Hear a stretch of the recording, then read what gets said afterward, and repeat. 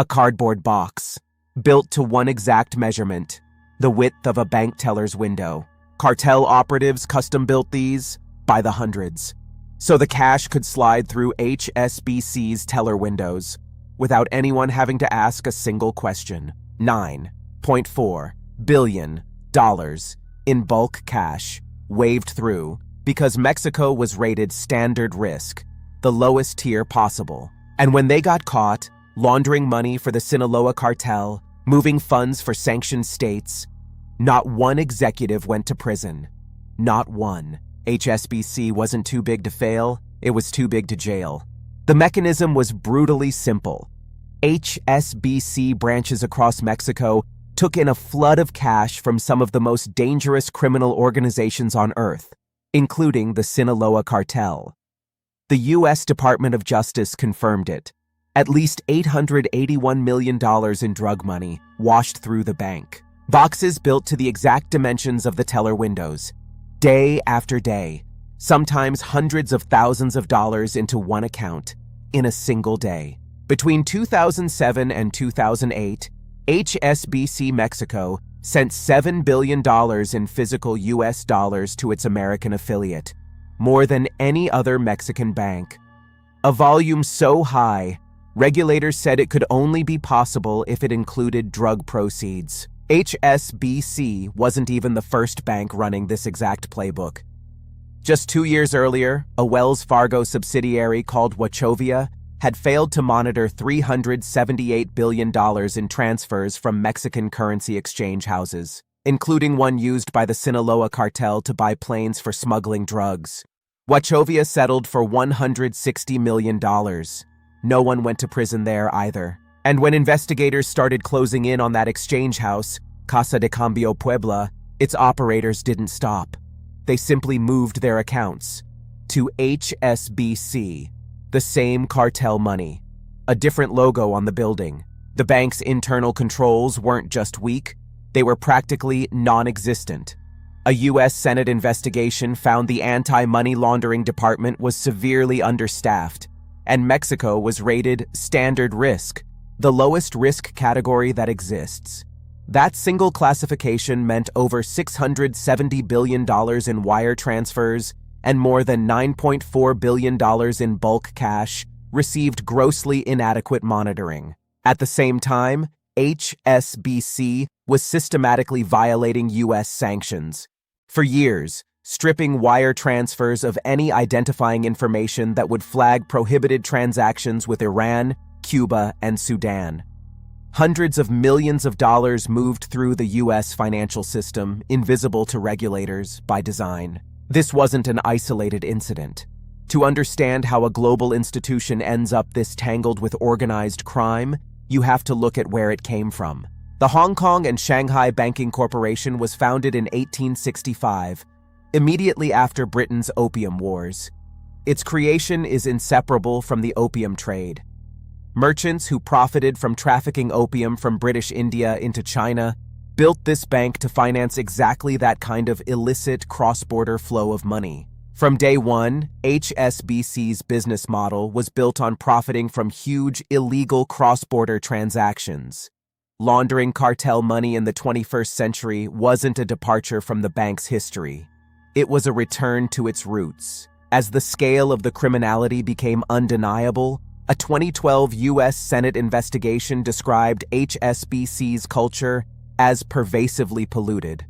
Prosecutors inside the Department of Justice pushed for criminal charges. For a moment, real accountability looked possible.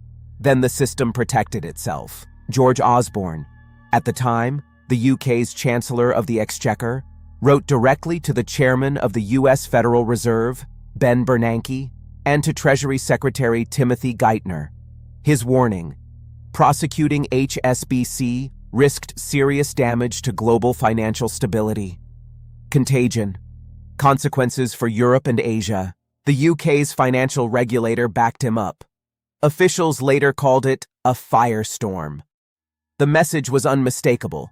Holding HSBC criminally liable wasn't just a legal decision anymore. It was being treated as an economic threat. The bank's size, Its importance to the global system was being used as a shield. The Department of Justice buckled. Senior leadership, including Attorney General Eric Holder, decided against indicting the bank, overruling some of their own prosecutors. Instead, a deferred prosecution agreement.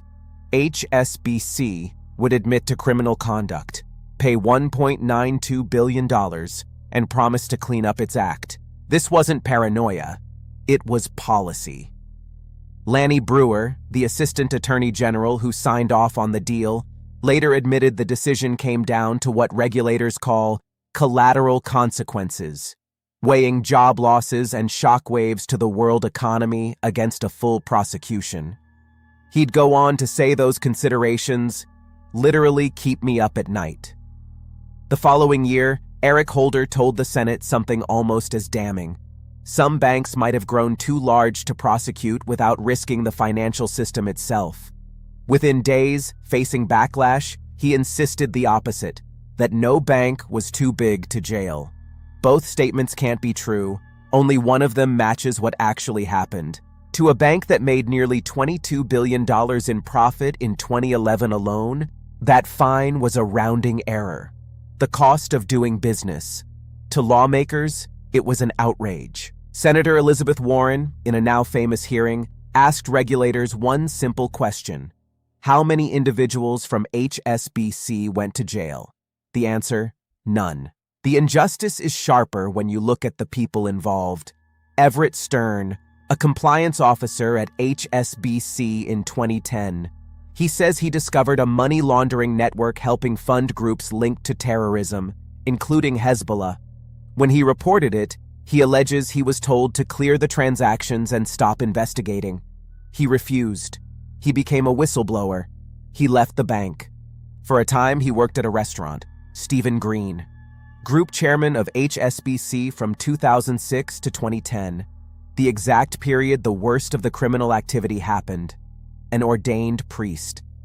He once wrote a book on morality in business, arguing leaders must go beyond what you can get away with.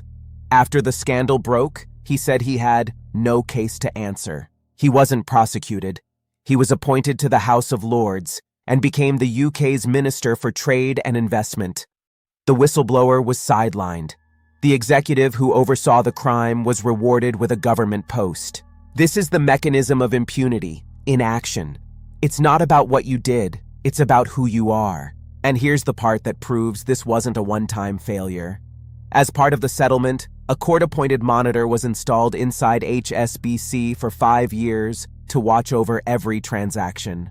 In 2020, leaked documents, the FinCEN files, revealed what happened next.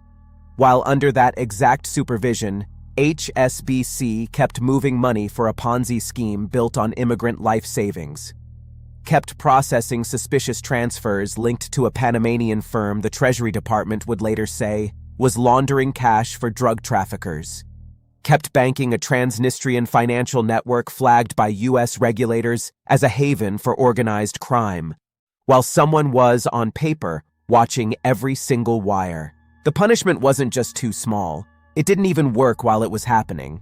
The HSBC scandal was more than one bank's corruption.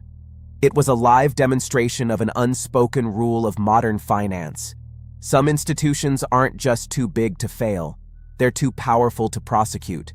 Their importance isn't a liability. It's their ultimate defense. The deferred prosecution agreement, once a tool for smaller cases, was now letting a systemically important financial institution off the hook entirely. The $1.92 billion fine, a record at the time, set a new price for corporate crime. No senior executive was held personally accountable. The people at the top were insulated from the consequences of what their bank did. That creates a moral hazard.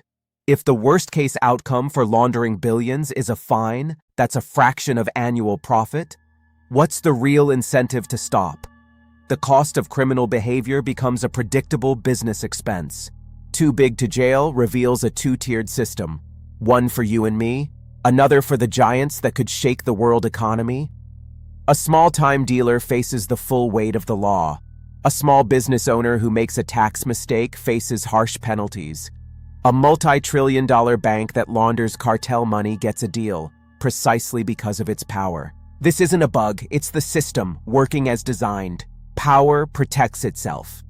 And in the 21st century global economy, the ultimate power isn't just wealth, it's being indispensable. HSBC was so woven into the fabric of global finance that punishing it like a common criminal was judged more dangerous than letting it walk. And in case you think this is uniquely a cartel cash problem, JP Morgan Chase was Bernie Madoff's bank for over 20 years. Employees raised red flags. The bank never filed a report. When the fraud collapsed, JP Morgan got the same deal: a deferred prosecution agreement, a fine, and 0 individual prosecutions, while the bank is alleged to have collected $500 million in fees from the very accounts funding the largest Ponzi scheme in history. In 2014, JP Morgan agreed to forfeit $1.7 billion, the largest bank forfeiture in U.S. history for a Bank Secrecy Act violation. Still, no individual executive was criminally charged. There have been rare exceptions.